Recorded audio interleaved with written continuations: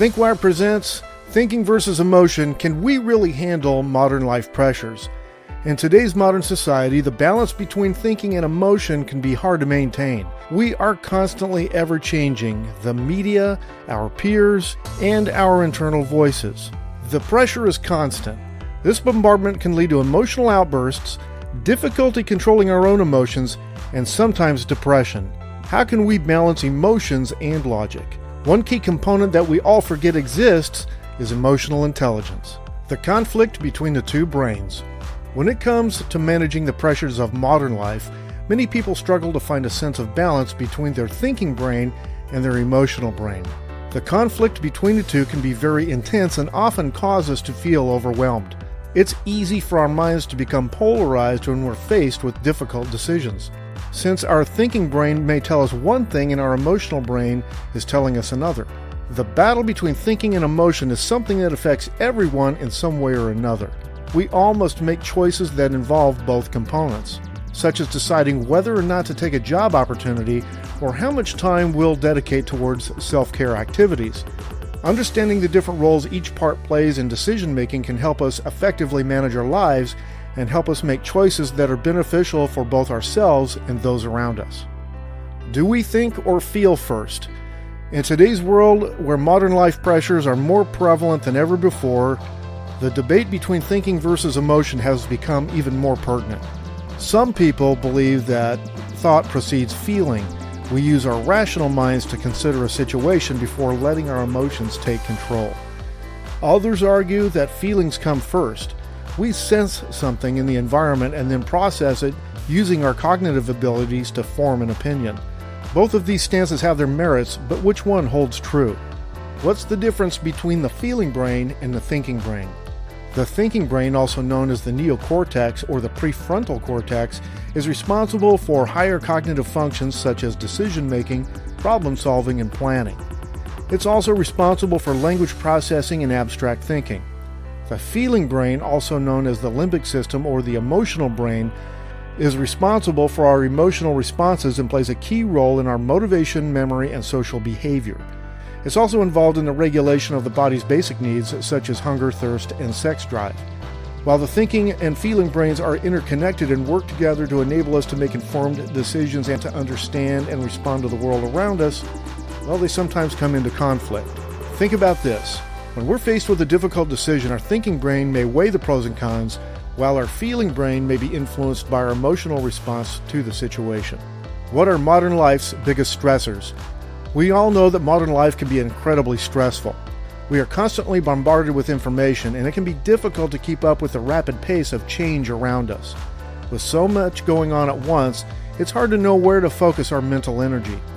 At any given moment, we are dealing with a barrage of tasks, from answering emails and phone calls to managing social media accounts. Not to mention financial strain, relationships, social isolation, and global events, just to name a few. It can be overwhelming trying to stay on top of everything while also maintaining a healthy lifestyle, which is why it's important to learn how best to navigate the competing demands placed upon us by modern life pressures. Modern life is no doubt filled with stress. One of the most prominent stressors is the pressure to stay constantly connected, a feat made all too easy by our access to technology. This constant connection has made an impact on how we think, interact with others, and process emotions. Though being able to communicate quickly and easily can be beneficial in many ways, it can also be detrimental in some areas. It can lead to distraction away from tasks at hand and affect our ability to focus on important matters or develop meaningful relationships with peers. It also affects how we respond emotionally as opposed to logically.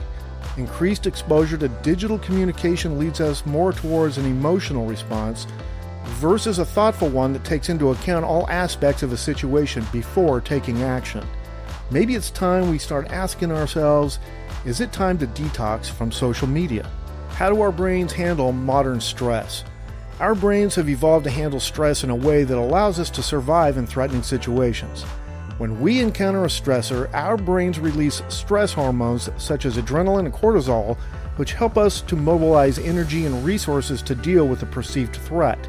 This fight or flight response can help us to respond quickly and effectively to danger. However, in modern life, many of the stressors we encounter are not necessarily life-threatening, and the continuous activation of the stress response can have negative effects on our physical and mental health. Chronic stress can lead to a variety of health problems, including cardiovascular disease, diabetes, and mental health issues such as depression and anxiety. To cope with modern stress, it's important to find healthy ways to manage and reduce stress. Some effective stress management techniques include a healthy lifestyle, relaxation, effective time management, and social support. Don't be an emotional idiot. As modern life becomes increasingly complex, we face a never-ending barrage of stress related to work, family, and financial dilemmas. Yet our brains have remained largely the same for thousands of years. As such, how can we successfully manage the pressure placed upon us by today's fast-paced world? How do we control our emotional state of mind and avoid being a total emotional idiot? If we do not control our emotions, life can become difficult to manage. Learning how to balance thinking with emotion is essential for success in modern life, as oftentimes the two fight against each other when trying to make decisions. It's no secret that the human brain consists of both a thinking and an emotional side, but understanding which one should take precedence during everyday situations is key. Thinking allows us to take an analytical approach to problem solving. It helps us to objectively assess situations and come up with creative solutions. Emotional brain responses are more instinctive and often result in impulsive reactions that may not be beneficial in high-pressure circumstances. Both types of responses are important when trying to handle modern life pressures. However, recognizing which type is best suited for each situation is key. Rational versus irrational thinking.